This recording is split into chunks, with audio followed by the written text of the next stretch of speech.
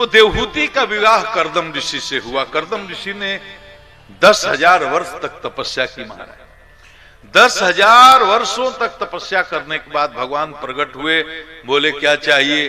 तो समान शीलाम गृह में दधेनु, पत्नी मांगा। महाराज देखो 10,000 वर्ष तक सृष्टि का विस्तार करना है, ऐसी अनुकूल पत्नी जैसी देवहूति का चरित्र है। समय रहता तो मैं विस्तार से बताता महाराज। ऐसी पत्नी पूर्व जन्म के प्रारब्ध से ही मिलती है, बड़ा मुश्किल है। इतनी अनुकूला है। ये भारतीय जो धर्म है, भारतीय संस्कृति है, और हमारे सनातन में ऐसी ऐसी माताएं, मैंने उत्तरा का प्रसंग सुनाया था, द्रौपदी का प्रसंग सुनाया था, ऐसी माताओं की अनेक गाथाएं कथाएं हैं जिससे हम सबों को प्रेरणा मिलती है। उन्हीं के बल पर हम कह सकते हैं कि हमारा ये देश, हमारी संस्कृति, हमारा ये सनातन धर्म सबसे महान है। महाराज एक योजना के तहत और एक कंडीशनल विवाह हुआ। कर्दम ऋषि ने कहा जिस दिन एक संतान होगी उस दिन छोड़ दूंगा, संन्यास ले लूंगा। लेकिन इस पर इस शर्त को मान लिया गया। तब ये विवाह हुआ और देवहूति पत्नी के रूप में आई। मनु की कन्या है देवहूति।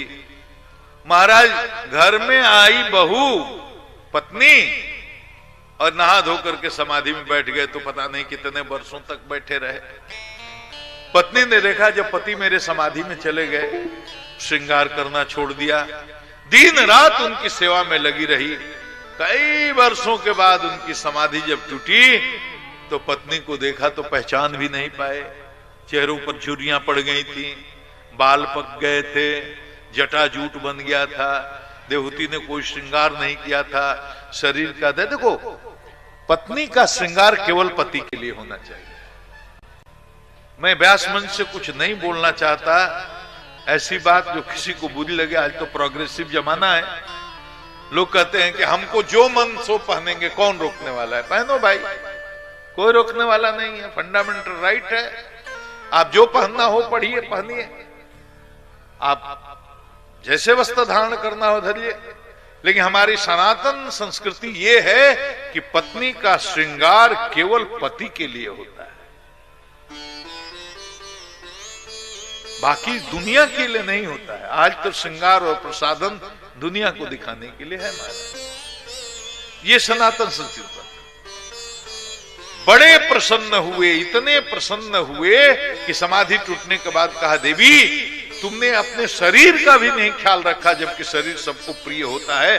मैं अत्यंत प्रसन्न हूं, तुमने मेरी बहुत दिनों तक सेवा की है, तुम मुझसे वर मांग लो। देवती ने कहा, नाथ एक औरत की यही लालसा होती है कि वो मां बन जाए, मुझे मां बनने का आप वरदान दीजिए। ऋषि ने कहा, ठीक है, जाओ इस सरोवर में स्नान करो। जैसे सरोवर में स्नान करने गई, 1000 देवकन्याएं वहां प्रकट हो गईं और दिव्य उबटन लगा लगा करके स्नान कराया, उनका श्रृंगार किया, उनको नए राजसी वस्त्र पहनाए, सुंदर सुंदर वस्त्र पहनाए। जब निकली तो ऐसा लगता था जैसे स्वर्ग की अप्सराओं का सौंदर्य भी उनके सामने फीका हो।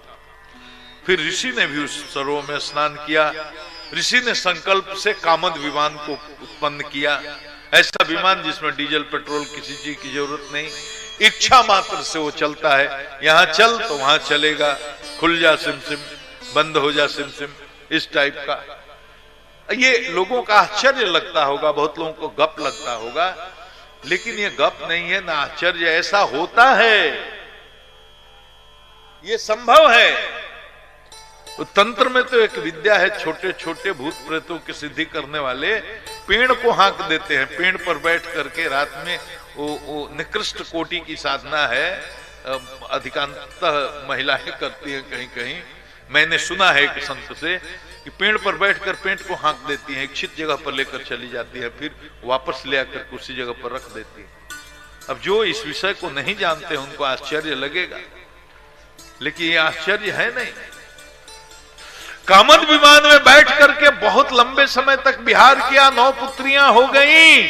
और 9 पुत्रियां जब हो गईं तो कपिल जी बोले मैं जाना अब चाहता हूं संन्यास के लिए। देवहूति ने कहा प्रभु ये तो अपने अपने घर चली जाएंगी, एक पुत्र की तो प्रतीक्षा कर लीजिए।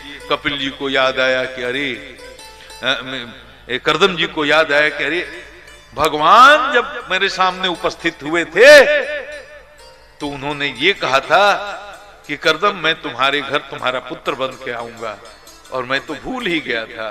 तो कर्दम जी भगवान के आने की प्रतीक्षा करने लगे तो कपिलावतार हुआ। बोले भगवान कपिल महाराज की कपिलावतार।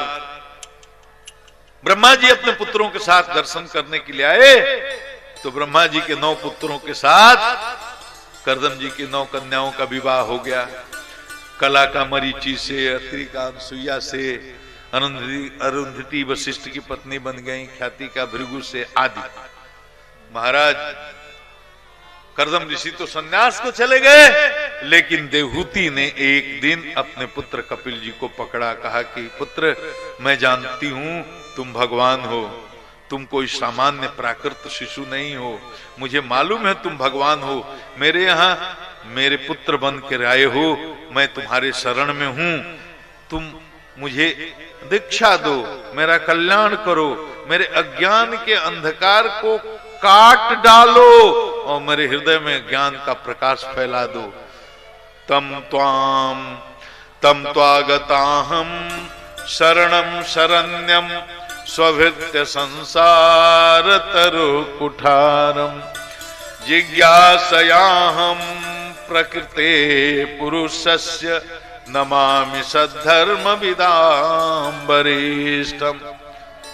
हे प्रभु आप मेरे पुत्र ही नहीं हो, आप भगवान हो, मैं आपकी दासी हूं। अपने इस दासी के संसार रूपी वृक्ष को काटने के लिए आप कुल्हाड़ी के समान हैं। मैं आपके शरण में आई हूं, मेरे अज्ञान के अंधकार को नष्ट करके मेरे हृदय में ज्ञान का प्रकाश भर दीजिए।